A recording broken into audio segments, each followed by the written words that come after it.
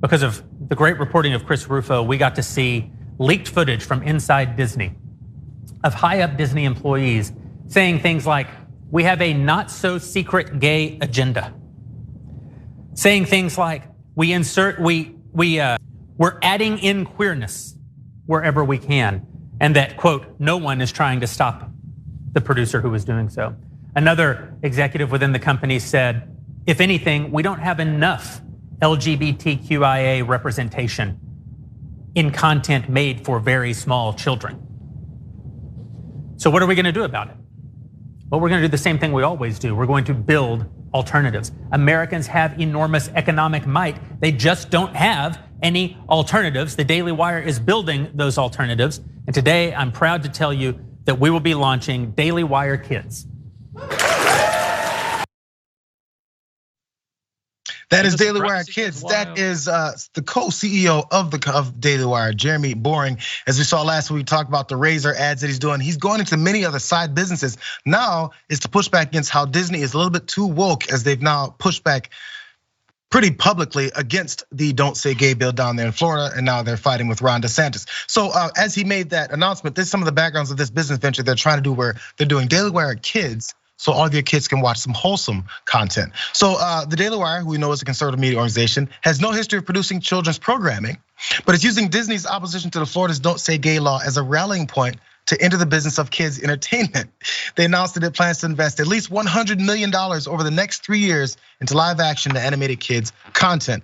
That's on top of more than $100 million it expects to spend on conservative values entertainment content for adults. That's according to Jeremy Boring as well. So they're going into the kids realm. They want to stop with all this woke content with the gays and the acknowledging people's existence in children. I guess this is gonna be some good. I'm not against anyone starting to do business and trying to get a new audience.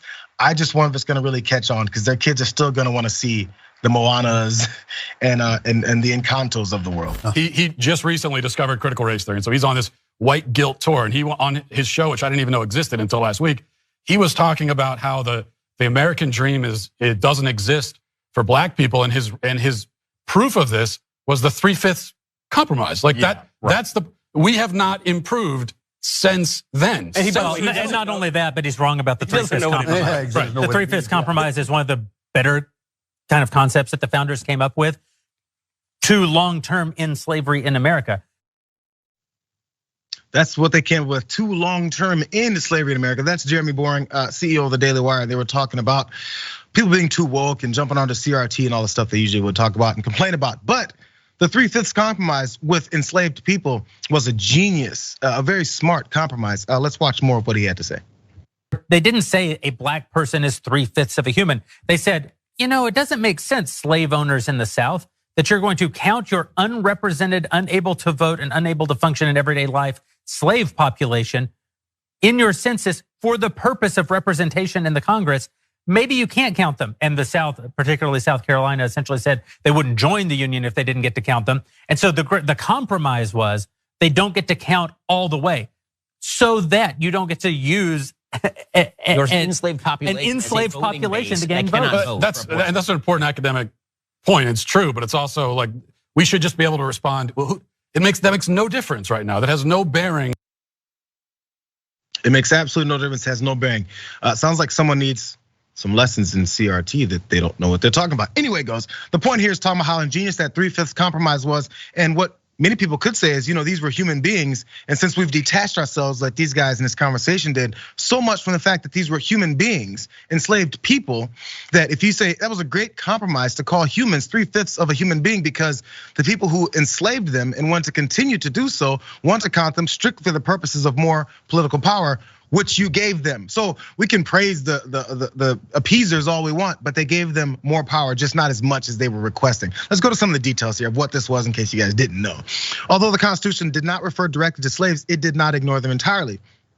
Article 1, Section 2 of the Constitution of the US declared that any person who was not free would be counted as 3/5 of a free individual for the purposes of determining congressional representation, gave it to them. The 3/5 clause thus increased the political power of slaveholding states. It did not, however, make any attempt to ensure that the interests of slaves would be represented in the government. So 3/5 of each of these human beings could be used for counting purposes, but that 2/5 of them keeps them disqualified from us giving a damn about the fact that they're alive and they're breathing, existing humans. And now in 2022, we can talk about how that was a great compromise. David, what are your thoughts? My thoughts is, look, there's always an academic discussion for things. I just think it's perverted when these crazy people who clearly don't know their history and clearly don't know the full sort of spectrum about academic research on this try to talk about it and make some sort of point. I mean, these people are engaged with saying, oh yeah, maybe slavery was bad and maybe it was terrible that people were enslaved, but hey, we gave them 3/5 representation to their owners. I mean, that's a stupid thing to say. That would be like saying, oh well, Hitler wasn't all bad because after all, German engineering. Who says that kind of thing? Idiots say that kind of thing. And people who don't want to be taken seriously. And I guarantee the people who are most upset about this, other than of course anybody who cares about the true history in America of racism, academics can't stand it when bozos like this pretend to know something about academic history and about the study of this sort of thing. And it's so irritating and it's so annoying.